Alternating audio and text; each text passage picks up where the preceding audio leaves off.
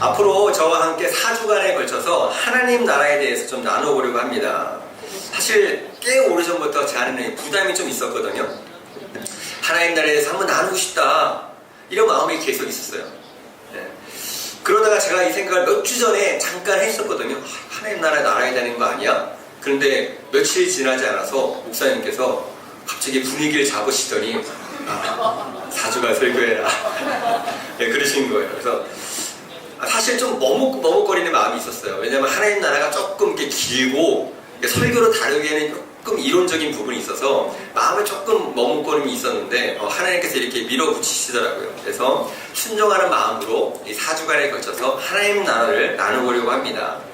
사실 이 내용은요, 제가 만든 내용이 아니에요.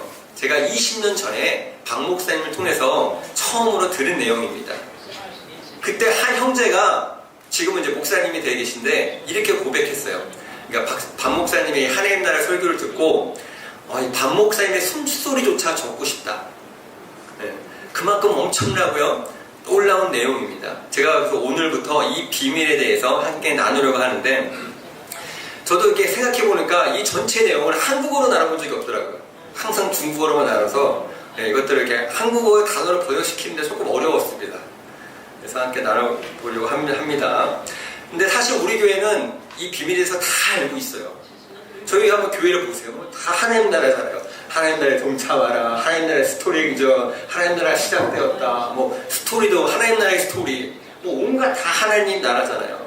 그래서 사실 이 스토리 교회 다니면 기본적으로 하나님 나라에 대해서 다 알고 줄줄줄 외워낼 것입니다. 네, 막 이렇게 다 말할 수 있을 거예요. 누군가 물어보면 하나님 나라는 바로 이런 것이야 라고 다 말할 수 있으시죠? 네. 그리고 우리 교회 훈련 코스들이 있잖아요. 사실 성경 개강도 하나님 나라의 관점으로 성경을 보는 것이고, 1대1 훈련도 그것을 조금 더 축소해서 사람의 관점, 하나님 나라에서 핵심이 사람이거든요. 이 사람의 관점에서 하나님의 계획을 보는 것이 바로 1대1이잖아요. 또 매번 설교마다 하나님 나라에서 강조합니다. 그래서 우리 스토리 교회 성도님들한테는 이 하나님 나라는 너무나 익숙한, 잘 알고 있는 내용일 것입니다. 그럼에도 불구하고 하나님께서 이 연말에 2025년 이 마지막에 나누라고 하신 이유가 있을 것 같습니다. 다시 한번 하나님 나라에서 깊게 생각해 보라는 뜻이라고 생각됩니다. 제가 한번 이전에도 얘기했었는데, 저는 한 20년 전에 이 내용을 처음 들었다 그랬잖아요. 아마 그때부터 이거 내용을 알고 설교도 했었습니다. 하지만 이 하나님 나라가 단순히 머리의 지식이 아니라 가슴까지 내려와 삶의 중심이 되기까지는 약 10년 정도가 걸렸었습니다. 그래서 이번 4주가 그냥 아는 이야기를 한 번 더 듣는 시간이 아니라 다시 한번 하나님 나라를 정비하고 정리하고 마음에 새기는 시간이 되었으면 좋겠습니다. 그동안의 성경 개관이 하나님 나라의 관점으로 성경을 보는 작업이었다면, 이번엔 주제를 반대로 잡아서 하나님 나라 전체를 다루면서 성경 안에서 하나님 나라가 어떻게 드러나고 있는지, 어떻게 시작되고 어떻게 진행되고 어떻게 완성되는지를 함께 살펴보려고 합니다. 네, 여러분, 우리가 이제 예수님을 믿고 있죠. 여러분 예수님 믿으시죠? 그런데 한번 진지하게 생각해 보셨습니까? 왜 예수님 믿으세요? 우리가 왜 예배를 드리고, 왜 묵상을 하고, 왜 훈련을 합니까? 뭐 이런 거 한번 생각해 보신 적 있으세요? 그냥 교회에 다니니까, 뭐 해야 하니까, 교회에서 하라고 하니까 습관적으로 하고 있지 않습니까? 만약 우리가 하나님의 큰 그림을 모르고 신앙생활을 한다면 지금 우리가 하고 있는 이 모든 일들이 어쩌면 아무런 의미 없이 그냥 종교적인 습관이 되어버릴 수 있는 것입니다. 그래서 그냥 내 방식대로, 내 마음대로 신앙생활을 하게 되는 것이죠. 맹인모상이라고 들어보셨죠? 맹인이 코끼리를 만지는 듯한, 그냥 자기가 만지는 그것만이 전부인 것처럼, 그것만이 전부인 것 마냥 그냥 자기 마음대로, 자기 뜻대로 신앙생활을 할 수 있다는 것이죠. 제가 이번 주에 참 마음이 부끄러운 일이 하나 있었습니다. 어떤 자매에게 연락이 왔어요. 지금 박사 논문을 쓰고 있는데 담당 교수가 대놓고 이렇게 얘기했대요. 지금 논문 지도하는 교수가 여러 명 있는데 그 교수들을 위해서 식사를 대접해야 한다는 것입니다. 뭐 이해가 어느 정도 이해가 되죠. 그 친구를 해서 교수들이 모였으니까. 근데 한 끼에 60만 원 이상이 든대요. 그리고 그것을 3번 해야 된다고 합니다. 그리고 거기에다가 선물까지도 사오라고 요구했다고 합니다. 그러면서 자매가 이렇게 묻더라고요. 중국은 원래 이런 나쁜 간습이 많은데 한국도 이렇나요? 네. 얼마나 부끄럽던지요. 더 기가 막힌 것은 교수들 중에 이렇게 한 분이 계신데 기독교인이래요. 그러면서 묻는 거예요. 기독교인이 그래도 되는 거냐고. 그때 우리 은희 사모님이 이렇게 대답했다고 해요. 기독교인도 다 똑같아. 정말 그런가요? 기독교인도 다 똑같아야 할까요? 아니죠. 달라야 됩니다. 분명히 달라야 돼요. 그런데 왜 이런 일이 생길까요? 교회는 다니고 심지어 나는 구원받았다는 구원의 확신이 있어요. 하지만 하나님 나라에 대한 이런 큰 그림이 없다면 우리도 모르는 사이에 이렇게 살아갈 수 있다는 것이죠. 하나님 나라를 단순히 언젠가 죽어서 가는 저 먼 나라라고 생각한다면 하나님 나라가 이 땅에 이미 시작된 현실이라는 것을 알지 못하면 예배도 묵상도 봉사도 어느 순간 나의 삶을 바꾸는 능력이 아니라 익숙한 종교적 패턴이 될 수 있다는 것입니다. 겉으로는 신앙생활을 하는 것 같은데 실제로는 하나님 나라의 방향과는 전혀 상관없이 여전히 내 방식대로 살아갈 수 있게 된다는 것이죠. 여러분 퍼즐 해보셨어요? 퍼즐? 네, 요즘 이렇게 우리 주일학교 어린이들이 크리스마스를 맞이해서 이렇게 퍼즐을 맞추고 있더라고요. 엄청난 퍼즐이에요. 저희가 크리스마스 당일이 되면 아마 그 퍼즐을 볼 수 있을 것입니다. 혹시 1000피스 정도 되는 퍼즐을 맞춰본 적 있으세요? 은희 사모가 퍼즐을 좋아해요. 그래서 가끔 보고 가끔 이렇게 맞추는데요. 그런데 이게 한 조각, 그 한 조각을 따라보면은 이게 도저히 무슨 그림인지 알지 못합니다. 색도 애매하고 모양도 비슷비슷해서 너무 어려워요. 그런데 이 완성된 그림을 딱 보고 나면 완전히 달라집니다. 아, 이게 산이었구나, 이게 하늘이었구나, 이게 사람이었구나. 네. 그 조각이 어디에 들어가는지 어떤 의미를 가지고 있는지 보이기 시작해요. 우리도 마찬가지입니다. 하나님 나라의 큰 그림을 딱 보고 나면, 이 완성된 그림을 보고 나면 하나님이 이루고자 하시는 일이 무엇인지 알게 되면 비로소 우리는 깨닫게 되는 것입니다. 지금 내가 예배 드리고 있는 이게 무슨 의미인지, 내가 하는 훈련이, 내가 하는 묵상이 어떤 의미인지에 대해서, 어떤 조각인지에 대해서 드러나기 시작하는 것입니다. 내가 이걸 왜 해야 되는지, 이걸 통해서 하나님이 무엇을 하시려고 하는지에 대해서 보이기 시작하는 것이죠. 그래서 우리는 하나님의 큰 그림, 하나님이 도대체 무엇을 하시고자 하는가에 대해서 알아야 됩니다. 그 완성된 그림이 무엇인지 알아야 되는 것이죠.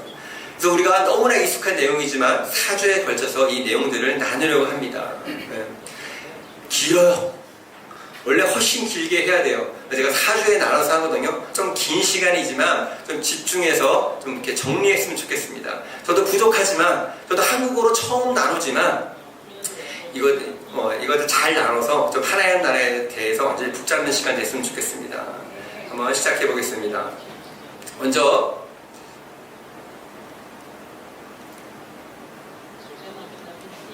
우리 에베소서 1장 10절 한번 같이 읽도록 하겠습니다. 하나, 둘.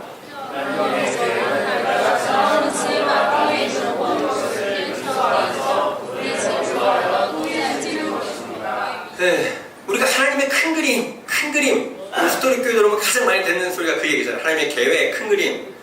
도대체 하나님의 큰 그림이 뭘까요? 에베소서 1장 10절에서 그 그림에 대해서 얘기해 주고 있습니다. 하나님의 계획은 하나님의 큰 그림이에요. 큰 그림이 무엇입니까? 때가 차면 어느 때가 있다는 거예요. 그리고 그 때가 되면 하늘과 땅에 있는 모든 것을 그리스도 안에서 통일시키는 것, 이것이 바로 하나님의 계획이라고 합니다. 그래도 어렵죠. 그럼 도대체 통일이 무엇일까요? 뭐 남북 통일 이런 걸 얘기하는 거 아니겠죠? 그러면 하늘과 땅에 있는 모든 것이 다 똑같아지는 것, 개성과 구별이 다 사라지는 통일, 이것을 얘기할까요? 그것도 아닙니다. 성경에서 말하는 통일은 천편일률을 말하는 것이 아니라 각각 다 달라요. 각각 다 다른데 완전한 조화를 이루어서 하나의 하모니를 이루는 그 상태를 이야기하는 것입니다. 한번 오케스트라를 생각해 보세요. 악기 소리마다 다 달라요. 그런데 그 다른 소리들이 지휘자 아래서 하나의 음악으로 울려 퍼질 때 우리는 그것을 하모니라고 부릅니다. 바로 이 그림인 것이죠. 그러면 어떻게 하모니를 이루게 됩니까? 그분을 머리로 하여. 그렇다면 그분을 머리로 한다는 말은 무슨 말일까요? 영어로 보면 헤드라고 되어 있거든요. 이 헤드가 단순히 우리의 신체적인 머리를 뜻하는 것일까요? 여기서는 통치자, 주권자, 헤드십을 이야기하는 것입니다. 즉 그리스도를 머리로 한다는 것은 그리스도의 통치와 다스림 아래로 들어간다는 것입니다. 즉 이 말씀은 하나님이 만물을 하나로 묶어서 다 똑같이 만든다는 것이 아니라 그리스도의 통치 안에서 모든 피조물들이 제자리를 찾고 창조 목적대로 돌아가 완전한 조화를 이룬 상태로 회복시키시겠다는 것입니다. 바로 이것이 하나님이 창조 전부터 마음에 품으셨던 원래의 모습, 원래의 목적이고 지금도 하나님께서 이루어 가시는 하나님의 계획, 하나님의 큰 그림인 것입니다. 이제 다 아셨죠? 하나님의 큰 그림이 무엇인지, 하나님의 계획이 무엇인지, 그리고 이 계획을 이루어가는 것, 그것이 바로 하나님의 스토리, 성경의 내용입니다. 그리고 저희가 스토리 교회예요. 우리 교회가 왜 스토리 교회인지 이제 이해가 되시죠? 네. 그렇다면 예수님이 이 땅에 오셔서 하신 일이 무엇입니까? 예수님이 이 땅에 오셔서 처음으로 하신 일이 무엇일까요? 바로 하나님 나라를 선포하시고 하나님 나라를 실제로 이루어 가시는 일이었습니다. 마태복음 4장 17절에 이렇게 얘기하죠. 회개하라, 하나님 나라가 가까이 왔다. 첫 번째로 하신 것이 뭐냐면 하나님 나라를 선포하신 것이었어요. 그리고 그 다음에도 예수님께서 이 땅에 계시면서 계속 가르치신 것, 설교하신 것이 대부분 하나님 나라에 대한 설교입니다. 하나님 나라에 대한 비유잖아요. 하나님 나라는 이와 같다. 대부분 이런 설교셨어요. 그리고 중요한 것이 있는데 바로 주기도문입니다. 어느 날 제자들이 와서 예수님께 물어요. 예수님께 기도를 가르쳐달라 그래요. 제자들은 왜 기도를 가르쳐달라 그랬을까요? 제자들이 기도할 줄 몰랐을까요? 몰랐을까요? 네. 이슬람도 매일 하루에 몇 번씩 기도하잖아요. 당시 유대인들도 몇 번씩 기도했습니다. 그래서 어렸을 때부터 유대인은 기도하는 것을 배워요. 그래서 제자들은 기도할 줄 알았습니다. 근데 왜 기도를 가르쳐달라고 했을까요? 당시 각 공동체들은 자기들만의 기도문이 있었습니다. 그리고 그 기도문은 그 공동체가 어떤 정체성을 가지고 어떤 사명을 따라 살아가는지에 대해서 보여주는 중요한 고백이었습니다. 즉 제자들이 예수님께 한 질문의 진짜 의미는 이것입니다. 예수님, 우리가 이제 예수님을 따르는 공동체가 되었습니다. 그러면 우리 공동체의 사명은 무엇입니까? 도대체 우리 공동체가 향하는 방향은 무엇입니까? 라고 물었던 것입니다. 그때 예수님께서 가르쳐주신 기도가 바로 주기도문입니다. 즉 주기도문은요 예수님의 사명선언문이었던 것입니다. 그렇다면 주기도문의 핵심이 무엇입니까? 아버지의 나라가 임하옵시며 바로 하나님의 나라가 임하는 것이었습니다. 즉 예수님이 이 땅에 오신 이유 예수님의 사명, 그것은 바로 하나님 나라가 이 땅 가운데 임하는 것입니다. 예수님께서 십자가에 돌아가시고 40일 만에 부활하시죠. 그 40일 동안 이 땅에 계시면서 하신 일이 무엇입니까? 사도행전 1장 3절에서 얘기해 주시죠. 하나님 나라에 관한 일들을 말씀하셨습니다. 부활하셨어도 예수님은 하나님 나라에 대해서 가르치시고 선포하신 것입니다. 즉 예수님이 이 땅에 오신 이유도 하나님 나라고요. 이 땅에서 계속적으로 가르치신 것도 바로 하나님 나라였던 것입니다. 사도들도 마찬가지예요. 예수님의 핵심 메시지가 하나님 나라였던 것처럼 사도들 역시 어디에 가서든지 하나님 나라를 선포했습니다. 제가 일일이 읽진 않지만 사도행전 8장 12절 사마리아에서도 하나님 나라를 선포했고요. 19장 8절 에베소 두란노에서도 하나님 나라를 선포했다라고 얘기합니다. 그리고 28장 23절에서도 바울이 로마에 도착해서 가택연금이 돼요. 그때 2년 동안 하나님 나라에 대해서 가르쳤다라고 얘기하고 있습니다. 사도의 핵심 메시지가 바로 하나님 나라였습니다. 오늘 사도행전 마지막 절이죠. 그는 아무런 방해도 받지 않고 아주 담대하게 하나님 나라를 전하고, 사도행전의 이 마지막 문장 자체가 하나님 나라로 끝나고 있어요.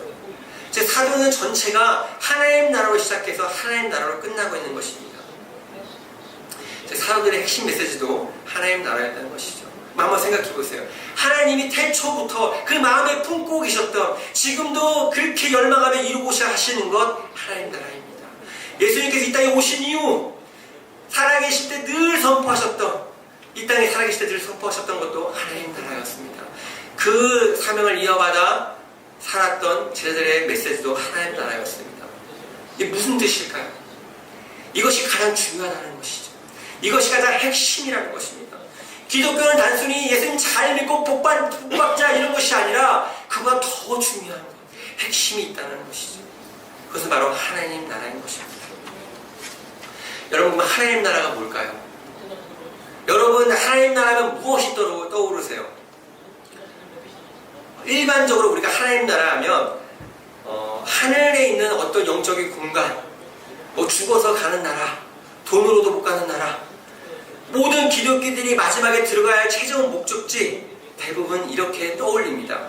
하지만 성경에서 말하는 하나님 나라는 우리가 흔히 생각하는 죽어서 가는 하나님 나라의 그 한 가지 개념으로 끝나지 않아요. 예수님께서 말씀하신 하나님 나라는요, 더 크고 더 넓고 더 현재적인 의미를 가지고 있습니다. 그렇다면 성경에서 말하는 하나님 나라는 무엇일까요? 사실 구약 성경에는 이 하나님 나라는 이 단어가 정확히 표현되지 않아요. 하지만 그 개념을 설명하는 단어로 말쿠시라는 단어가 나옵니다. 네, 이렇게 써요. 말쿠. 이 단어의 의미는요, 통치, 다스림이라는 의미입니다.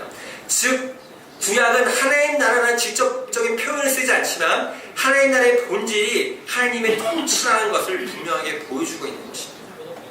신약 성경은 이 바실레이아라는 단어를 쓰거든요. 이 단어도 마찬가지예요. 이 나라라는 어떤 공간을 의미하는 것이 아니라 왕의 통치, 다스림을 의미합니다. 그래서 우리가 신약 성경을 보면 하나님 나라라고 얘기했을 때 우리는 공간적인 개념을 떠오르는 것이 아니라 이 하나님의 통치라는 개념을 먼저 떠올려야 된다는 것이죠. 영어로 보면 더 분명해요. 영어에는 국가를 타는 네이션이라는 단어가 있죠. 이것은 그냥 국가라는 의미입니다. 그런데 킹덤이라는 단어는 왕이 통치하는 나라, 즉 왕국이라는 의미의 뜻입니다. 그런데 성경에서 하나님 나라라고 할 때 이 네이션을 쓰는 것이 아니라 킹덤이라는 단어를 씁니다. 즉 하나님이 통치가 임해 있는 곳을 의미하는 것이죠. 즉 우리가 하나님 나라라고 얘기했을 때 우리는 어떤 공간, 하늘에 있는 어떤 장소를 떠오르는 것이 아니라 이는 장소적인 개념이 아니라 통치의 개념을 먼저 떠올려야 된다는 것입니다. 물론 보다 보면 장소적인 개념도 조금씩은 나와요. 하지만 대부분 성경에서 말하는 하나님 나라는 장소적인 개념보다는 이 통치의 개념을 이야기하고 있습니다.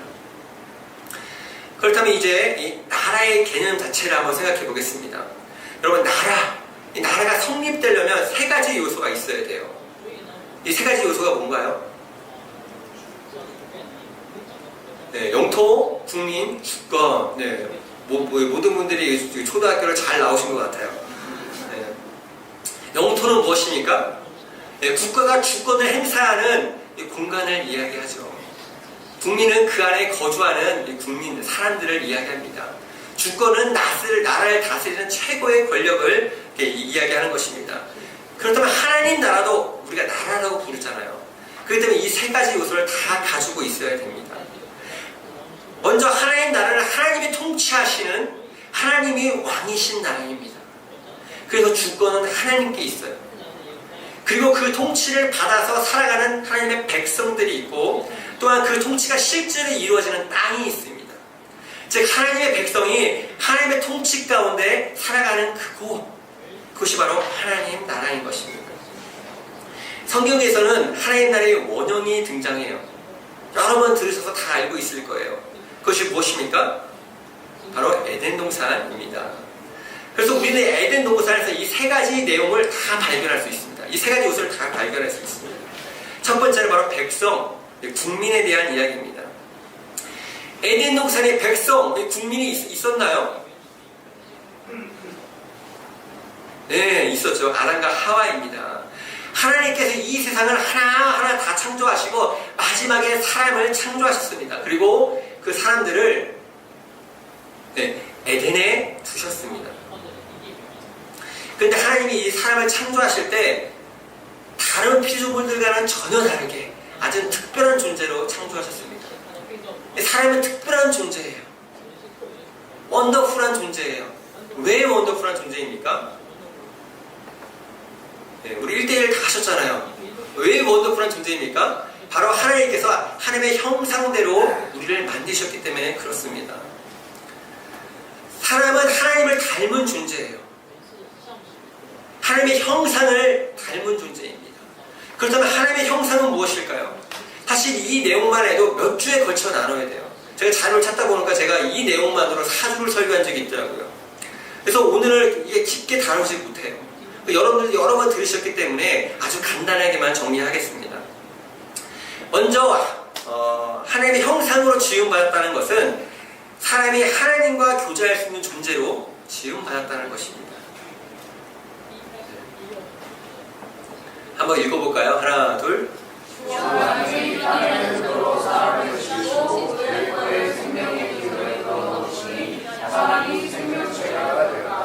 네, 우리 성경 세번역 성경에는 생명의 기운, 개역개정 성경에는 생기라고 되어 있어요. 이게 히브리어로 니시마라는 단어입니다. 뜻은 숨, 숨결, 호흡 이런 뜻이에요. 즉 하나님이 사람에게 생기를 부어 넣으셨다는 것은 우리에게 하나님의 숨, 호흡, 하나님의 생명을 우리에게 주셨다는 것입니다. 지금 이 그림이 이해가 되세요? 하나님이 먼저 이게 흙으로 우리를 사람을 지으셨어요. 네. 그리고 하나님의 생명, 호흡을 우리에게 불어 넣으신 거예요. 그랬더니 우리가 살아있는 생명체가 된 것입니다. 저는 이 그림을 생각할 때 이 그림이 떠오르더라고요. 가끔 드라마 보면 이 로봇이 있어요. 그다음 전원을 딱 내면 갑자기 삐리삐리 그리면서 전원이 막 들어오잖아요. 그거랑 비슷한 이게 그림 같아요. 흙으로 만들어서 평범한 사람이었는데 하나님의 생기가 전원이 우리가 쑥 공급돼 들어온 거예요. 그래서 우리가 이제 막 살아 움직이는 이 생명체가 된 것입니다. 살아 움직이게 된 것이죠. 그래서 우리의 근원은 바로 하나님의 호흡입니다. 하나님의 호흡으로부터 우리는 이 살아있게 된 거예요. 중국어로 보면 요 링더허라고 되어 있거든요. 그러니까 하나님의 생명이 있는 살아있는 사람이 되었다라고 이렇게 번역하고 있습니다. 그렇기 때문에 인간은 단순히 배부르면 만족하는 존재가 아니에요. 여러분 다 이해하시잖아요. 여러분 배 부르면 만족하십니까? 아니죠. 존중받고 싶고 사랑받고 싶습니다. 존중받고 사랑받고 싶다 그럼 모든 것이 만족이 되나요? 아니요. 아직도 부족한 부분이 있습니다. 그거보다 더 근원적인 갈망이 있는 것입니다. 바로 하나님에 대한 갈망, 영적인 생명에 대한 갈망입니다. 이 사람에게는 하나님 외에는 채워줄 수 없는 그 공간이 있는 거예요. 왜요? 처음부터 이렇게 창조되었기 때문에 그렇습니다. 그리고 우리 이 생명을요 영생이라고 부릅니다. 네, 우리 영생이가 아니라 이 생명을 영생이라고 부릅니다. 영생은 단순히 오래 산다, 영원히 산다는 의미가 아니에요. 사실 이 영생이라는 단어를 원어로 보면 이 다가올 오는 세대의 생명, 그러니까 다가올 하나님 그 시대의 생명을 바로 영생이라고 부릅니다. 하나님의 생명이 바로 영생입니다. 그래서 우리가 예수님을 믿는다는 것은 이 생명을 다시 얻는다는 거예요. 그래서 우리가 중생이라고 하잖아요. 중생, 거듭나다, 생명을 다시 얻다 이렇게 얘기하잖아요. 네. 그래서 우리가 예수님을 믿는다는 것은요 하나님과의 교제가 다시 시작된다는 의미입니다. 그래서 요한복음 17장 3절에 이렇게 얘기하고 있습니다. 영생은 오직 한 분이신 참 하나님을 알고 예수 그리스도를 아는 것입니다. 영생은요 하나님의 생명을 받았다는 것은요 하나님을 아는 것이에요. 그냥 지식으로 아는 것이 아니라 교제함으로 하나님을 아는 것입니다. 그래서 영생을 얻었다, 예수를 믿는다는 것은요 하나님과의 교제가 다시 시작된다는 의미입니다. 우리는 육체적인 존재가 아니라 육체만 있는 존재가 아니라 하나님과 교제할 수 있는 존재로 창조된 것입니다. 두 번째,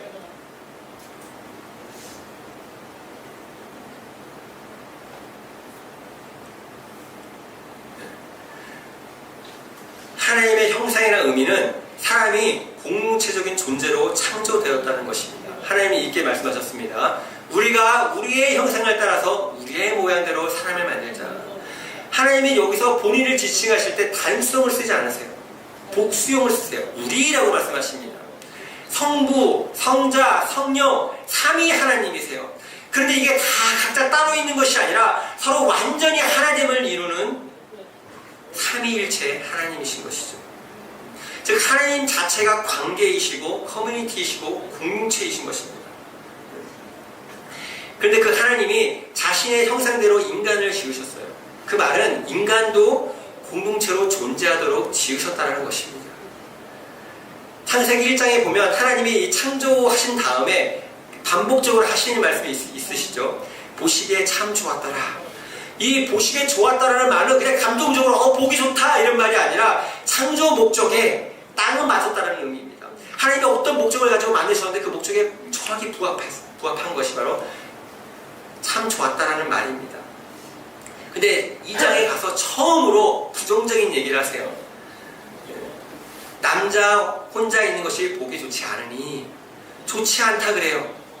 목적에 맞지 않았다라는 것이죠. 왜요? 하나님이 공동체이신데 아담 혼자 있는 것이 그 공동체성을 반영하지 못하는 모습이기 때문에 창조 목적에 부합하지 않는 모습이기 때문에 하나님이 부합하지 않았다, 보기에 좋지 않았다라고 말씀하고 있는 것입니다. 그래서 하나님이 어떻게 하세요? 돕는 배필을 만들어 주시죠. 여기서 돕는 배필 누가 있나요?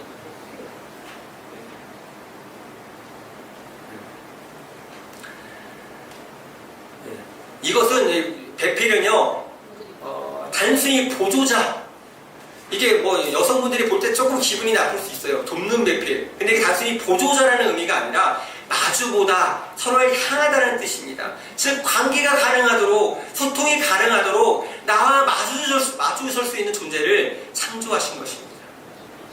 성경을 보면 참 재미있어요. 하나님이 바로 여자를 창조하시지 않습니다. 이렇게 말씀하신 다음에 먼저 동물을 데리고 오세요. 그리고 아담에게 이름을 짓게 하십니다. 왜 그랬을까요? 하나님이 도대체 왜 이렇게 했을까요? 아담 스스로 깨닫게 하신 거예요. 아담이 동물에게 이름을 지어주겠죠. 너는 말이야, 너는 기린이야.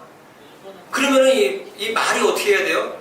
고맙습니다, 시시해, 이렇게 얘기를 해야 되는데 대답을 안 해요. 반응하지 않아요. 마주 본다고 소통이 되지 않는 거예요. 교제가 되지 않는 거예요. 이 과정을 통해서 아담이 깨닫는 것입니다. 나는 나 혼자가 아니구나. 나 같은 존재가 없구나. 그래, 그때 하나님께서는 아담과 본질적으로 같은 뼈 중에 뼈, 살 중에 살을 창조하십니다. 아담이 보는 순간 알아요. 나와 같은 존재구나. 나와 대화할 수 있는 존재구나. 그리고 그 둘은 한 몸을 이루게 됩니다. 삼위일체 하나님의 완전한 연합이 인간 공동체 속에 이위일체의 모습으로 반영되는 것이죠. 성경은 이렇게 얘기합니다. 벌거벗었으나 부끄러워하지 않았다. 이것은 단순히 옷을 입지 않았다는 의미가 아니라 서로에게 숨김이 없고 완전한 신뢰와 수용이 있는 상태, 완전한 교제가 이루어지는 공동체의 모습을 이야기하고 있는 것입니다. 우리는 공동체적인 존재로 지음받았어요. 그렇기 때문에 관계 속에서만, 소통 속에서만 자기의 존재의 의미를 회복할 수 있습니다.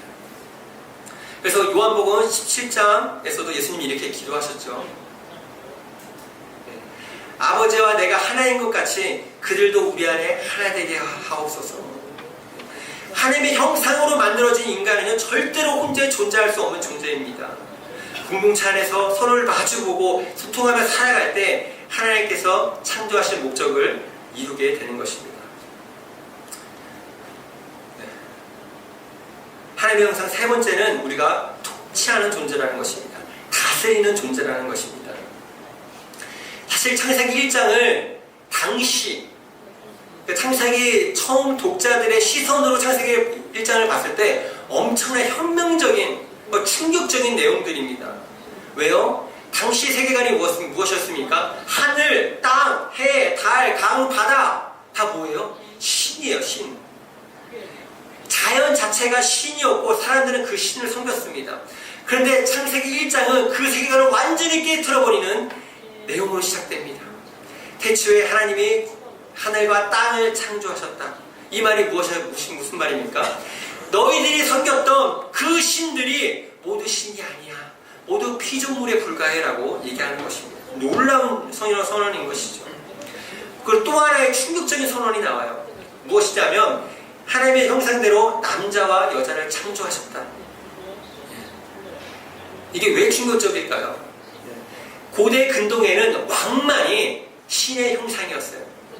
오직 제국의 왕에게만 적용되던 표현이었습니다. 왕만 신의 형상이었고 통치권을 가졌습니다. 그런데 성경은 어떻게 말합니까? 모든 인간을 하나님의 형상으로 창조하셨다고 선언합니다. 인류의 역사상 가장 충격적인 선언인 것이죠. 남녀 차별이 심했던 이 고대 문화 속에 3,500년 전 성경만이 유일하게 남자와 여자를 하나님의 형상이라고 얘기하고 있습니다. 사실 오늘날 인권 개념, 평등 사상이 이 성경적인 진리로부터 출발하게 된 것이죠. 그리고 이 고고학적으로 보면 이 고대 제국이 지방을 통치할 때 그 지역 중심에 왕의 형상, 이 왕의 조각상을 세워놨다고 합니다.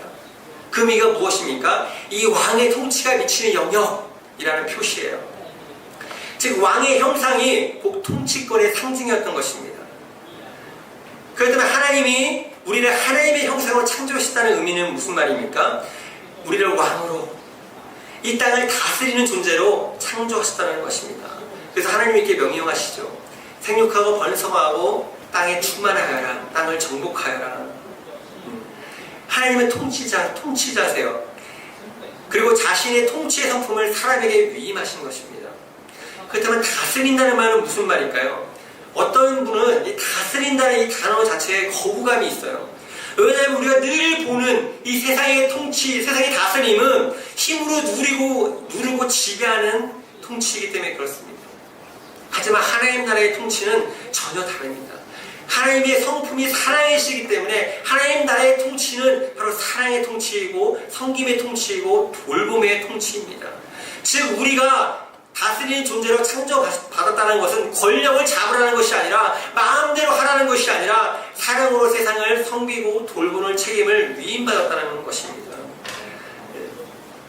이것이 바로 우리의 원본입니다.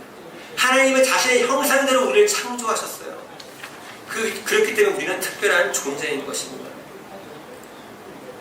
그리고 이러한 특별한 존재를 하나님께서는 에덴 동산에 두신 것이죠.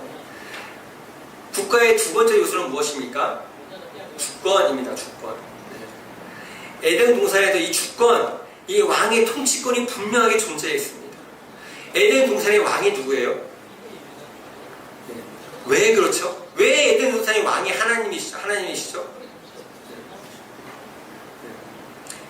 처음으로 성경이 어떻게 시작됩니까? 태초에 하나님이 천지를 창조하셨다. 이 한 문장이 말해주는 것이 무엇입니까? 하나님이 창조주이시며 모든 것의 시작과 근원이 하나님이시라는 거예요. 이것이 바로 하나님의 왕이라는 근거입니다. 만드신 분이시니까 다스리는 것이죠. 여기서 창조하다는 단어가 바로 이 바라라는 단어예요. 바라. 이 단어는 두 가지 특징을 가지고 있습니다.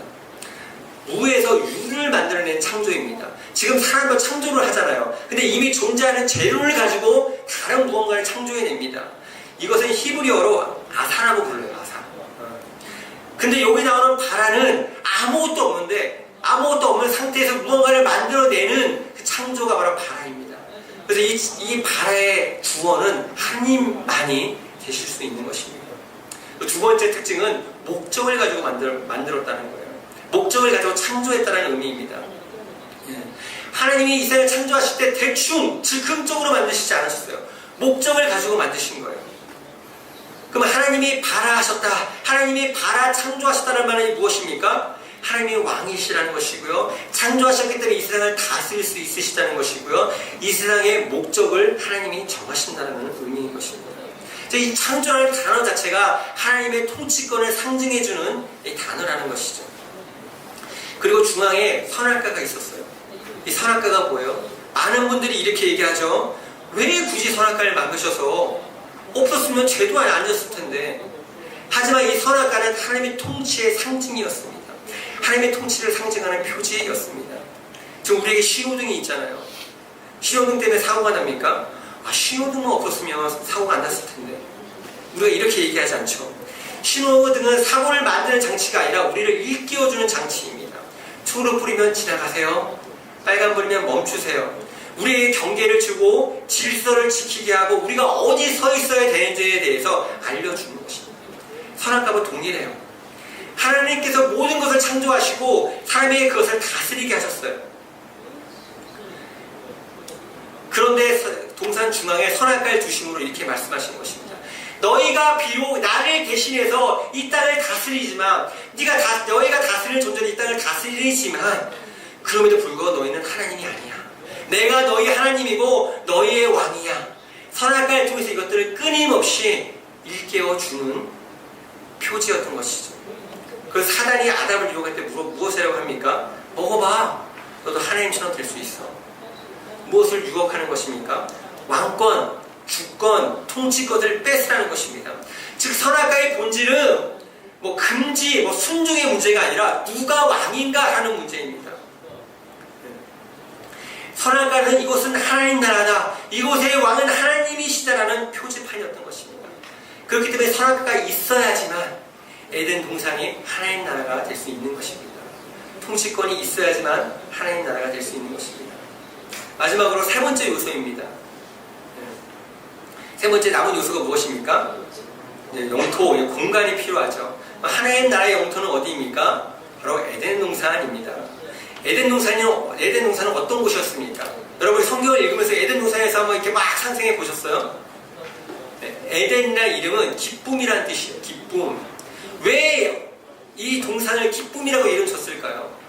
창세기 2장 9절에서 14절을 보면 이 에덴 동산의 풍성함이 얼마나 대단한지에 대해서 설명하고 있습니다.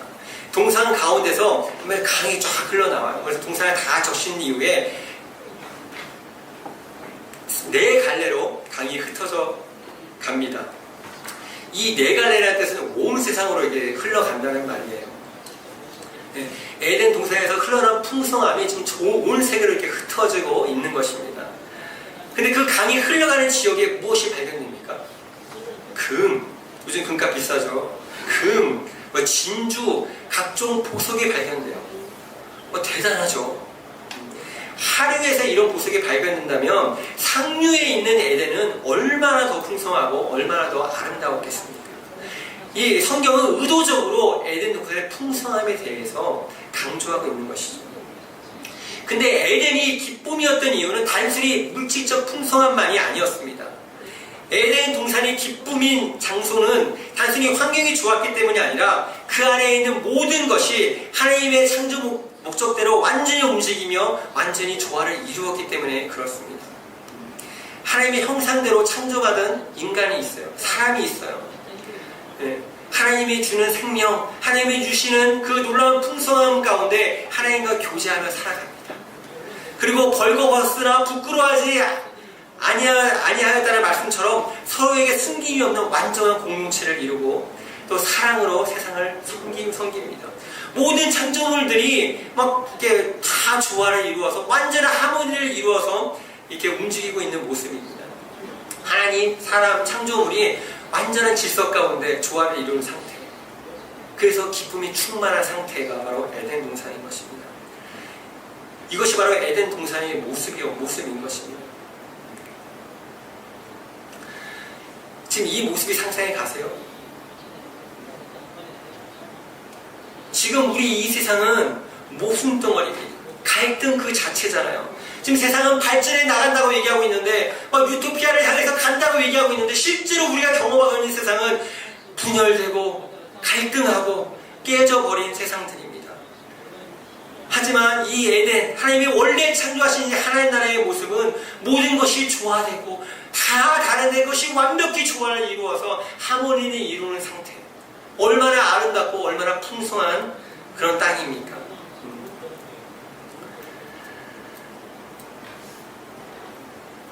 근데 문제가 뭐예요? 지금 우리가 보고 있는 이 세상 이런 모습이 아니잖아요. 왜 그럴까요? 도대체 무엇이 어디서부터 잘못된 것일까요? 이 부분부터 다음 주에 나누도록 하겠습니다. 정리하겠습니다. 오늘 우리는 하나님 나라의 원형에 대해서 살펴보았습니다. 하나님의 형상대로 창조받은 사람이 있어요. 그리고 그 나라의 왕은 하나님이세요. 그 하나님 그 왕과 그 백성과의 관계가 너무나 투명하고 조금 더 거리낌이 없는 완전한 상태입니다. 그래서 사람들이 충만한 그 풍성함과 은혜를 누리며 살아가죠. 그 은혜를 흘려보냅니다. 그 은혜 가운데 그 사랑으로 이 세상을 다스리는 것이죠. 그 세상도 이 풍성한 가운데 완벽한 조화를 이루어서 하모니를 이루어서 살아갑니다. 그것이 바로 원본 하나님 나라인 것입니다. 우리는 이 원본을 알아야 돼요. 우리가 도대체 무엇을 잃어버렸는지에 대해서 알아야 됩니다. 우리가 흔히 이런 말을 하잖아요. 아는 맛이 무섭다. 무슨 말입니까?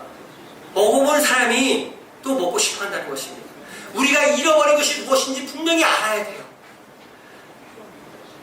모르면 그냥 이 상태에 만족하며 살아가는 것입니다. 하지만 한 번 맛본 사람, 이 그림을 아는 사람들은 다른 것이죠. 그래서 우리가 이 큰 그림 보는 것이 굉장히 중요합니다. 우리가 아예 하나님 나라의 큰 그림을 모른다면 지금 우리가 하고 있는 이 한 조각이 무슨 의미인지 몰라요. 하지만 이 큰 그림을 본 사람들은 알게 되는 것입니다. 내가 들고 있는 이 한 조각, 내가 지금 하고 있는 이 일들이 어떤 일인지, 어떤 의미인지, 하나님이 이 일을 통해서 어떤 일을 해가고 계시는지에 대해서 알게 되는 것입니다. 그러면 지금 내 삶의 의미들이 달라지는 것이죠. 깨어진 원본에 대해서 마음속으로 깊이 탄식하고 한탄하면서 그 나라를 소망하게 되는 것입니다. 여러분들은 어떤 나라를 위해 살아가고 있습니까? 이 원본을 모른 채 지금 이 세상에서 그냥 조금 더 나은 삶을 살기 위해서 애쓰고 이 고단한 삶을 살아가고 있지 않습니까? 하나님이 우리에게 주신 원래 그 모습, 하나님이 회복하고자 하시는 그 땅은 이 정도의 만족이 아닙니다. 훨씬 풍성하고 충만한. 그래서 우리가 이 큰 그림을 알아야 되는 것이죠. 아마 사주가 계속적으로 이거에 대해서 우리가 나누게 될 것입니다. 좀 이렇게 그 나라에 대해서 꿈꾸는 시간이 되었으면 좋겠습니다. 우리 같이 기도하시겠습니다.